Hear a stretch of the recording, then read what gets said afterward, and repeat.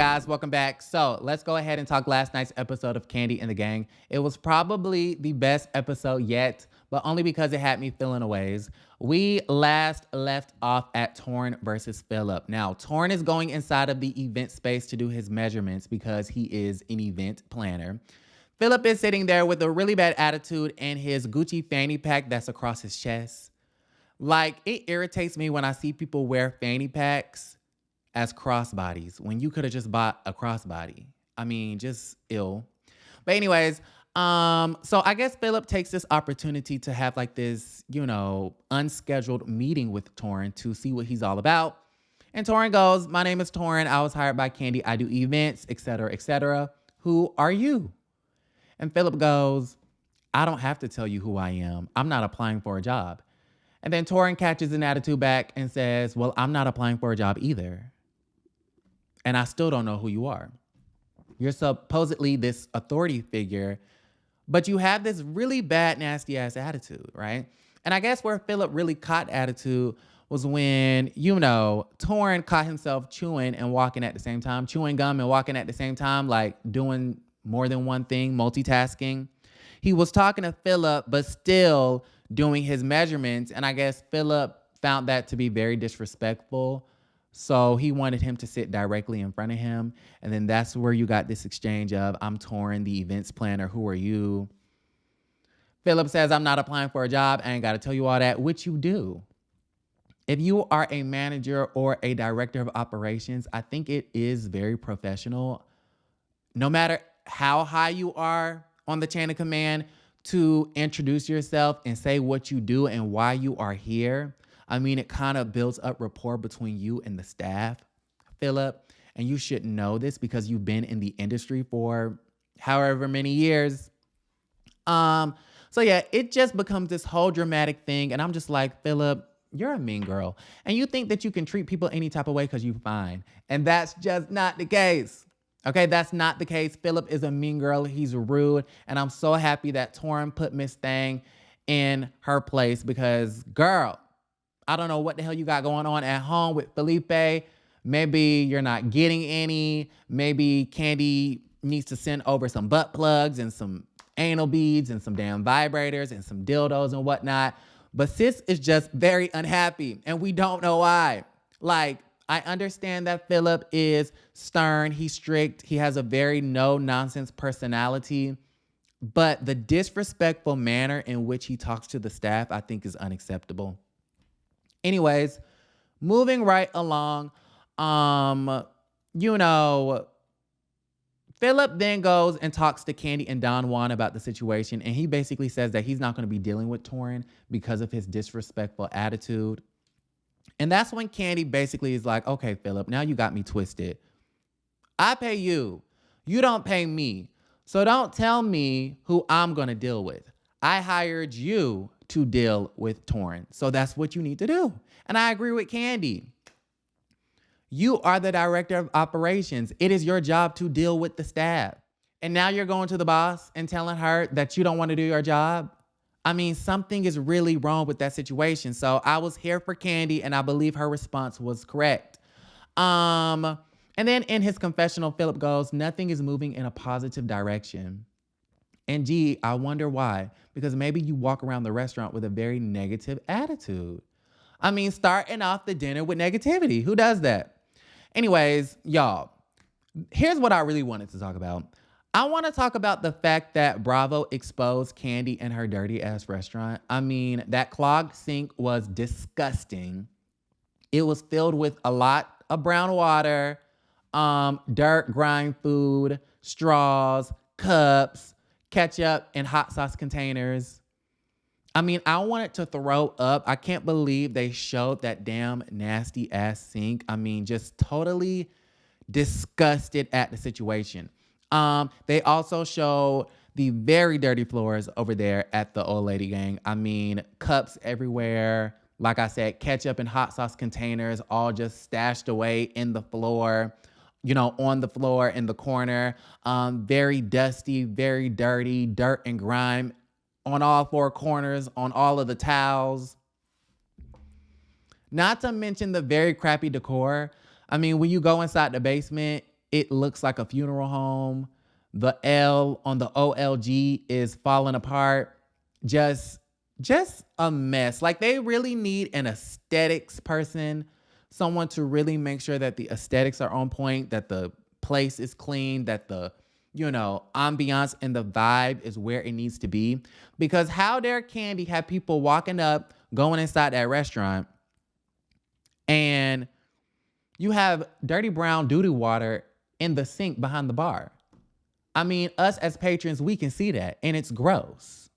It's really disgusting. And I kind of felt like, there's an employee that gets suspended later on in the episode. And I kind of felt like, Brandon should have been suspended because while there's doo-doo water in the sink behind the bar, he's just sitting there at the bar, chilling, texting, calling Dominique, caking and macking on the phone. Like, Brandon, what is you doing? How are you the general manager of a whole establishment and your establishment is dirty as hell? I mean, we already knew that the OLG had a cleaning problem. We can just cite and reference the Atlanta Journal-Constitution, but Bravo did not have to run the OLG, Lady Gang, down to the ground on this little TV show. Anyways, moving right along, Philip and Drika are actually getting along, which is quite interesting because we saw on the first episode how Philip, sent Chandrilla home. But in this episode, they like each other. And I believe that they finally probably realized that they're more alike than different. I mean, they're both mean girls, right? After work, the staff goes to the bar to hang out. We have this situation where it's June, Chandrilla's fiance, versus Patrick, Chandrilla's ex boo thing, right? They used to have sex in the back in the corner in the janitor's closet at Old Lady Gang. Moving right along. So here's where I really start to get irritated. As if the Torrin versus Philip beef didn't make me upset enough. Brian is chilling, not doing his job, sitting at the bar. Now, Brian, why are you sitting at the bar? You know you're not supposed to do that. And Brian said, he's like, well, when I was first here at the Old Lady Gang in the beginning, I used to sit at the bar all the time. Well, I don't know if someone failed to explain the new expectations and standards for the restaurant, but for some reason, Brian feels as though it's okay to sit at the bar. Okay, easy fix. Why doesn't the manager just tell Brian to get the hell up? Well, that's exactly what Brandon did, the general manager. He goes over to Brian. He says, Brian, you know you're not supposed to be sitting at the bar. Brian then makes a joke about it, and then Brian goes back to work. Now, y'all, I'm assuming that Brandon was mad because he did not like Brian's jokey response. So he then took this issue and told Philip, and then Philip then told Don Juan. And now we have a meeting between General Manager Brandon, Director of Operations Philip, and Kandi's right-hand man, Don Juan. Okay? 3 very important people taking the time out to have a meeting about Brian sitting at the bar. Now, if that's not petty, it just screamed, we need a storyline. We have nothing else going on. So let's use this situation with Brian to come up with something petty, right? Because why do you need 3 managers to have a meeting about an employee sitting at the bar? Like, that is a complete waste of time, especially when we know that there's doo-doo brown water in the sink behind the bar, that the dirt and grime is overtaking the floors at the Old Lady Gang. I mean, it's disgusting. It's a pigsty. It's almost as if Kandi Burruss Tucker is running a restaurant in the Wild Wild West, okay? But yet, Brian sitting at the bar is more important. That literally makes no sense to me. So, they have this meeting, then they call over Brian to the meeting. They start going back and forth about why he was sitting at the bar and why he was joking about the situation and whatnot. My whole thing is, if Brandon took care of it and he went back to work, I don't see why we have to have further conversations about this. It's very petty, and y'all are using me, Brian, as a storyline. But they start going back and forth. Brian then asks Philip, well, do we have a problem? And then Philip yells out, you don't do anything. You're lazy. Keyword yelled. Now, y'all fact check me in the comments down below, but my ears heard Philip yelling, talking about you don't do anything. And then y'all, Brian retaliated. He threw some shade back. I don't know what he said. It was very disrespectful, but they ended up Philip ends up suspending Brian, and then Don Juan has a conversation with Brian. Don Juan also has a conversation with Philip, and I felt like Don Juan was probably the, the voice of reason in that moment, because he got Sister Girl together, okay? The rude one, the mean girl, Philip, by basically saying, this is your third argument. I don't have time to be the referee between you and the rest of the staff members. You are here to make things better. We hired you to make things better. So why are you making things worse? And I saw a lot of people on social media saying, well, the old lady gang needs somebody like Philip. They need somebody who's strict. They need somebody who is going to uphold professionalism and high standards. And I agree with all of that. But they also need someone who's not going to ensue arguments every day.